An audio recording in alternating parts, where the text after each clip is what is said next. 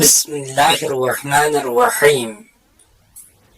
پھر اللہ نے سخت و نرم اور شیرین و شورا زار زمین سے مٹی جمع کی، اسے پانی سے اتنا بھگویا کہ وہ صاف ہو کر نظر گئی، اور تری سے اتنا گوندا کہ اس میں لس پیدا ہو گیا۔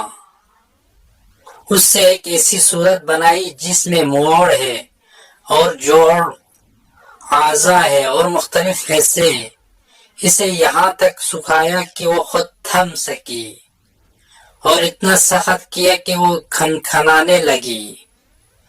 ایک وقت معین اور مدت معلوم تک اسے یوں ہی رہنے دیا، پھر اس میں روح پھونکی تو وہ ایسے انسان کی صورت میں کھڑی ہو گئی جو قواعد ذہنی کو حرکت دینے والا، فکری حرکات سے تصرف کرنے والا، اعضاء و جوارح سے خدمت لینے والا اور ہاتھ پیروں کو چلانے والا ہے، اور ایسی شناخت کا مالک ہے جس سے حق و باطل میں تمیز کرتا ہے، اور مختلف مزوں، بوؤں، رنگوں اور جنسوں میں فرق کرتا ہے۔